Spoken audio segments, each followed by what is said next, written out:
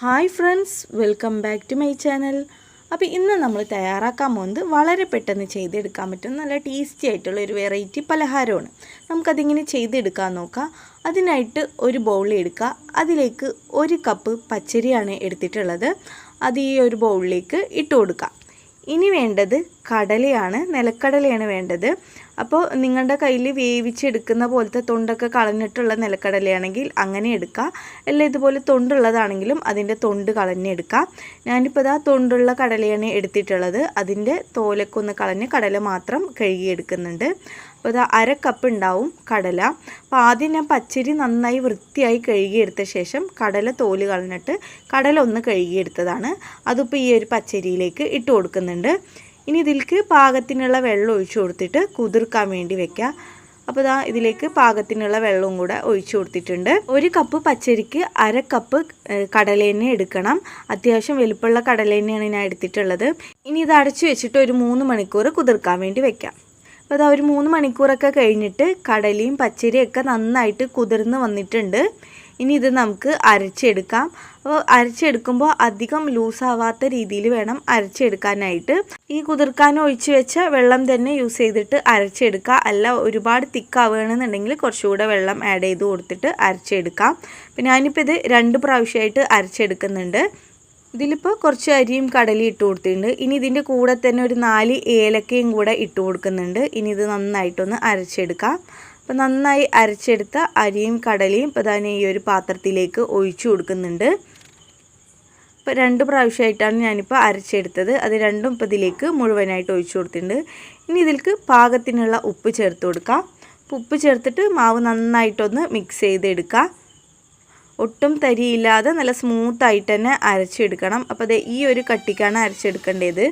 ഇനി ഇതൊന്ന് മാറ്റി വെക്കാം. ഇനി ഒരു ചീനച്ചട്ടി അടുപ്പിൽ വെച്ച് കൊടുത്തിട്ടുണ്ട്. അതിലേക്ക് ലേശം നെയ്യാണ് ചേർത്ത് കൊടുക്കുന്നത്. ഇനിയിപ്പോൾ നിങ്ങളുടെ കയ്യിൽ നെയ്യില്ലെങ്കിൽ വെളിച്ചെണ്ണ ചേർത്ത് കൊടുക്കണമെങ്കിൽ വെളിച്ചെണ്ണ ചേർത്ത് കൊടുക്കാം. ഞാനിപ്പോൾ 2 ടീസ്പൂൺ അളവിൽ നെയ്യ് ചേർത്ത് കൊടുത്തിട്ടുണ്ട്. ഇനി നെയ്യ് ചൂടായി വരുമ്പോൾ ഇതിലേക്ക് ചിരവിയ തേങ്ങ ചേർത്ത് കൊടുക്കാം. 1 മുറി തേങ്ങ ചിരവിയതാണ് ഇപ്പോൾ ഇത്. അതിപ്പോൾ മുഴുവനായിട്ട് ഇതിലേക്ക് ചേർത്ത് കൊടുക്കുന്നുണ്ട്. തേങ്ങ നന്നായിട്ട് നെയ്യിൽ റോസ്റ്റ് ചെയ്ത് എടുക്കുക. തേങ്ങൻ്റെ കളറൊക്കെ ഒന്ന് മാറി ലൈറ്റ് ഒരു ബ്രൗൺ കളറായി വരുന്നവരെ നന്നായിട്ട് തന്നെ ഒന്ന് വറുത്തെടുക്കണം. ഇനി ഈ വറുത്തെടുത്ത തേങ്ങ നമ്മൾ നേരത്തെ അരച്ച് വെച്ച അരിയിലേക്ക് മുഴുവനായിട്ട് ചേർത്ത് കൊടുക്കുക. തേങ്ങ ചേർത്ത് കൊടുത്തിട്ട് മാവ് നന്നായിട്ടൊന്ന് മിക്സ് ചെയ്തെടുക്കാം. ഇനി ഇത് നമുക്ക് മാറ്റി വെക്കാം. ഇനി കുറച്ച് ശർക്കര പാനി ഒന്ന് ഉണ്ടാക്കിയെടുക്കുക. അപ്പോൾ ലേശം വെള്ളം ഒഴിച്ചു കൊടുത്തിട്ട് ശർക്കര ഉരുക്കാൻ വേണ്ടി വെച്ചിട്ടുണ്ട്. അപ്പോൾ ഇതാ ഉരുക്കിയെടുത്ത ശർക്കര ഞാൻ ഇതുപോലെ ഒരു പാത്രത്തിലേക്ക് അരിപ്പ വെച്ചിട്ട് അരിച്ചൊഴിച്ചതാണ്. അതിൽ കല്ലോ നാരോ ഉണ്ടെങ്കിൽ അത് മാറ്റിയെടുക്കാൻ വേണ്ടിയിട്ടാണ്. ഇനി ഇതിലേക്ക് ചേർത്ത് കൊടുക്കുന്നത് മൈദപ്പൊടിയാണ്. ഞാനിപ്പോൾ 1 ടേബിൾ സ്പൂൺ അളവിൽ മൈദപ്പൊടി ഇതിലേക്ക് ചേർത്ത് കൊടുക്കുന്നുണ്ട്. പിന്നെ വേണ്ടത് ഗോതമ്പ് പൊടിയാണ്. ഗോതമ്പ് പൊടി ഞാനിപ്പോൾ അതുപോലെ 1 ടേബിൾ സ്പൂൺ ചേർത്ത് കൊടുക്കുന്നുണ്ട്. ഇനി ഇത് നന്നായിട്ടൊന്ന് മിക്സ് ചെയ്തെടുക്കാം. കട്ടകളൊന്നും ഇല്ലാതെ തരികളൊന്നും ഇല്ലാതെ മൈദയും ഗോതമ്പും ഈ ശർക്കരയിൽ നന്നായിട്ട് തന്നെ ഒന്ന് മിക്സ് ചെയ്തെടുക്കാം. ഇപ്പോൾ ആ ശർക്കരയിൽ മൈദയും ഗോതമ്പും ഒട്ടും തരികളില്ലാതെ മിക്സ് ചെയ്തെടുത്തിട്ടുണ്ട്.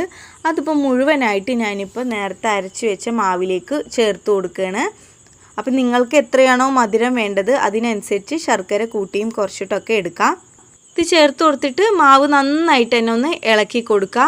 നന്നായിട്ട് തന്നെ ഒന്ന് മിക്സ് ചെയ്തെടുക്കണം. ഇനി ഇതിലേക്ക് ലേശം ബേക്കിംഗ് സോഡയും കൂടെ ചേർത്ത് കൊടുക്കുക. ഒരു 1/4 ടീസ്പൂണൊക്കെ ചേർത്ത് കൊടുത്താൽ മതി. ഇനി ഇത് നന്നായിട്ടൊന്ന് ഇളക്കി കൊടുക്കുക. ബേക്കിംഗ് സോഡ നന്നായിട്ട് മാവിൽ മിക്സ് ആകുന്നവരെ ഒരു 3 മിനിറ്റെങ്കിലും നന്നായിട്ടൊന്ന് ഇളക്കി കൊടുത്തിട്ട് നമുക്കിത് അടച്ച് വെക്കാം. ഒരു 10 മിനിറ്റ് ഇതൊന്ന് റെസ്റ്റ് ചെയ്യാൻ വേണ്ടി വെക്കാം. ഇനി ഇത് നമുക്ക് ചുട്ടെടുക്കാം. അതിനായിട്ട് ഓയിൽ നന്നായി ചൂടാവാൻ വേണ്ടി വെച്ചിട്ടുണ്ട്. നന്നായി ചൂടായ ഓയിലേക്ക് ഓരോ തവി മാവ് ഒഴിച്ചു കൊടുത്തിട്ട് നമ്മൾ നെയ്യപ്പൊക്കെ ചുട്ടെടുക്കുന്ന രീതിയിൽ ചുട്ടെടുക്കാം. അപ്പോൾ ആ ചൂടുള്ള ഓയിലേക്ക് ഞാൻ മാവ് ഒഴിച്ചു കൊടുത്തിട്ടുണ്ട്. എണ്ണ നന്നായി ചൂടായ ശേഷം മാത്രം ഒഴിച്ചു കൊടുക്കുക. എന്നിട്ടിത് തന്നാലെ മേലേക്ക് പൊന്തി വരും. അപ്പോൾ ഇത് തിരിച്ചിട്ട് കൊടുത്താൽ മതി. അപ്പോൾ ഇതാ നിങ്ങൾക്ക് കണ്ടാൽ തന്നെ അറിയാം. ഇനി തിരിച്ചുകൂടെ ഇട്ട് കൊടുത്ത് അപ്പുറത്തെ സൈഡും കൂടെ ഒന്ന് മൊരിച്ചെടുത്ത് കഴിഞ്ഞാൽ നമ്മുടെ ഒരു അടിപൊളി നെയ്യപ്പം ഇവിടെ റെഡി ആയിട്ടുണ്ട്. കഴിക്കാൻ അടിപൊളി ടേസ്റ്റ് തന്നെയാണ് കേട്ടോ. എന്തായാലും നിങ്ങൾ ട്രൈ ചെയ്ത് നോക്കുക. അപ്പോൾ ഇതാ നമ്മുടെ ഈ ഒരു പലഹാരം ഇവിടെ റെഡി ആയിട്ടുണ്ട്. അപ്പോൾ ബാക്കിയുള്ളതും ഇതുപോലെ തന്നെ ഒഴിച്ചു കൊടുത്തിട്ട് ഓരോന്നായിട്ടും ചുട്ടെടുക്കാം. ഇനി ഇതേ മാവിൽ നമുക്ക് ഉണ്ണിയപ്പം വേണമെങ്കിൽ ഉണ്ണിയപ്പവും ചുട്ടെടുക്കാം. ചിലവർക്ക് നെയ്യപ്പത്തിനെക്കാട്ടിയും കുറച്ച് കൂടുതൽ ഇഷ്ടം ഉണ്ണിയപ്പമായിരിക്കും. അപ്പോൾ ഇതുപോലെ കുഴിയപ്പ ചട്ടിയിലേക്ക് മാവ് ഒഴിച്ചു കൊടുത്തിട്ട് ഉണ്ണിയപ്പം വേണമെങ്കിൽ നിങ്ങൾക്ക് ഉണ്ണിയപ്പവും ചുട്ടെടുക്കാം. ഇപ്പോൾ ഇതാ നമ്മൾ ഉണ്ണിയപ്പം ഇവിടെ ചുട്ടെടുത്തിട്ടുണ്ട്. ഇനി ഒട്ടും ഓയിൽ യൂസ് ചെയ്യാൻ പറ്റാത്തവരാണെന്നുണ്ടെങ്കിൽ, ഒട്ടും ഓയിലി ഭക്ഷണം ഒന്നും കഴിക്കാൻ പറ്റാത്തവരാണെന്നുണ്ടെങ്കിൽ ഇതുപോലെ ദോശത്തവ നന്നായി ചൂടാവാൻ വേണ്ടി വെച്ചിട്ട് അതിലേക്ക് കുറച്ച് മാവെടുത്ത് ഇതുപോലെ ഒഴിച്ചു കൊടുത്തിട്ട് ചുട്ടെടുക്കാം. ഇങ്ങനെ ചുട്ടെടുക്കുകയാണെന്നുണ്ടെങ്കിൽ മോർണിംഗിൽ നല്ല ഹെൽത്തി ബ്രേക്ക്ഫാസ്റ്റ് ആണ്. ഇനിയിപ്പോൾ നിങ്ങൾ രാത്രി ഇതുപോലെ പലഹാരങ്ങൾ ഉണ്ടാക്കി കഴിക്കുകയാണെന്നുണ്ടെങ്കിൽ ഇതുപോലെ ഉണ്ടാക്കി കഴിക്കുകയാണെങ്കിൽ ഏറ്റവും നല്ലതുമാണ്. ഇങ്ങനെ ചുട്ടെടുക്കുന്ന സമയത്ത് നിങ്ങൾക്ക് നെയ്യ് ആക്കി കൊടുക്കണമെങ്കിൽ നെയ്യൊക്കെ ആക്കി കൊടുത്തിട്ട് ചുട്ടെടുക്കാം കേട്ടോ. അപ്പോൾ അത് രണ്ട് സൈഡും തിരിച്ച് മറിച്ചിട്ട് കൊടുത്തിട്ട് നല്ല കുട്ടി കുട്ടി ദോശയായിട്ടും ചുട്ടെടുക്കാം. അപ്പോൾ ഈ ഒരു പലഹാരം ഇവിടെ റെഡി ആയിട്ടുണ്ട്. അപ്പോൾ ആദ്യം നമ്മൾ ചുട്ടെടുത്ത നെയ്യപ്പമാണിത്. സൈഡൊക്കെ നന്നായി മൊരിഞ്ഞിട്ടും അതിൻ്റെ ഉൾഭാഗം നല്ല സോഫ്റ്റുമാണ് കേട്ടോ കഴിക്കാനായിട്ട്. അപ്പോൾ ഇനിയിപ്പോൾ ഇതിലേക്ക് നമുക്ക് ചുട്ടെടുത്ത ഉണ്ണിയപ്പവും കുട്ടി കുട്ടി ദോശയും കൂടെ വെച്ച് കൊടുക്കാം. വളരെ സിമ്പിളായിട്ടും വെറൈറ്റി ടേസ്റ്റിലും ചെയ്തെടുക്കാൻ പറ്റും നല്ല കിടിലൻ പലഹാരമാണ്. നിങ്ങൾക്കിത് ഏത് ടൈമിലും ഉണ്ടാക്കിയെടുക്കാം. അപ്പോൾ നിങ്ങൾക്ക് ഈ ഒരു വീഡിയോ ഇഷ്ടപ്പെട്ടാൽ ലൈക്ക് ചെയ്യുക, ഷെയർ ചെയ്യുക, കമൻറ്റ് ചെയ്യുക. അതുപോലെ തന്നെ ചാനൽ ഇഷ്ടപ്പെടുകയാണെന്നുണ്ടെങ്കിൽ കൂടെ ചാനൽ ഒന്ന് സബ്സ്ക്രൈബ് ചെയ്ത് സപ്പോർട്ട് ചെയ്യുക. അപ്പോൾ ഞാൻ നെയ്യപ്പം ഒന്ന് പൊട്ടിച്ച് കാണിച്ചു തരാം. ഉള്ളു നല്ല സോഫ്റ്റാണ് കേട്ടോ. നെയ്യപ്പത്തിൻ്റെ സൈഡൊക്കെ നന്നായി മൊരിഞ്ഞിട്ട് തന്നെയാണ് ഉള്ളത്. അതുപോലെ നമ്മുടെ കുട്ടി കുട്ടി ഉണ്ണിയപ്പവും നല്ല സോഫ്റ്റ് തന്നെയാണ് കേട്ടോ. പുതിയ വീഡിയോസായി വീണ്ടും കാണാം. Thanks for watching my video. By.